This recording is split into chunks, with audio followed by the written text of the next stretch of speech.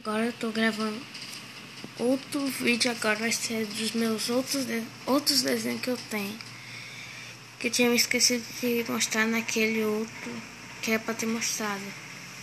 Esse cavalo aqui, que é só pra capa aqui, que era outra, eu colei. Ele tá meio bugado, porque eu tava tentando copiar do Star Stable, pelo menos aqui a boca.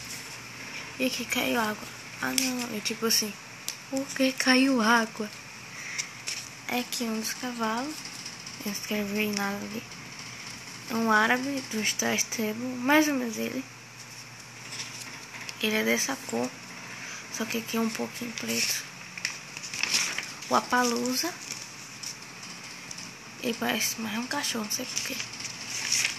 O Andaluz, que é o mais bonito que eu achei. O FJ. Um pônei, eu coloquei um pônei. Essa é a cor dele mesmo, que tem no Star Stable. Esse também, o Appaloosa também. O pônei também.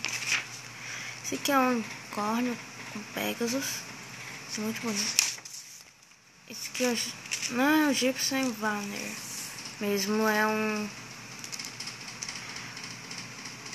Norte, não sei mais qual é, que tem dois.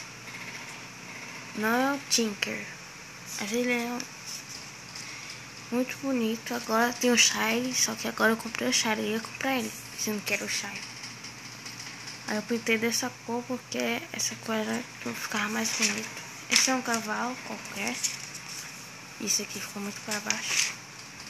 E esse também é outro cavalo do Star Stable, o Andaluz, que ainda tá pintando, que vai ser preto, já para não sei que cor.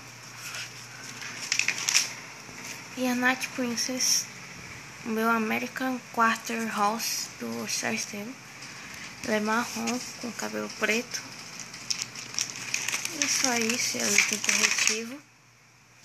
E eu tinha acabado de gravar um vídeo da Safira e da minha blusinha. Então é isso, gente. Tchau.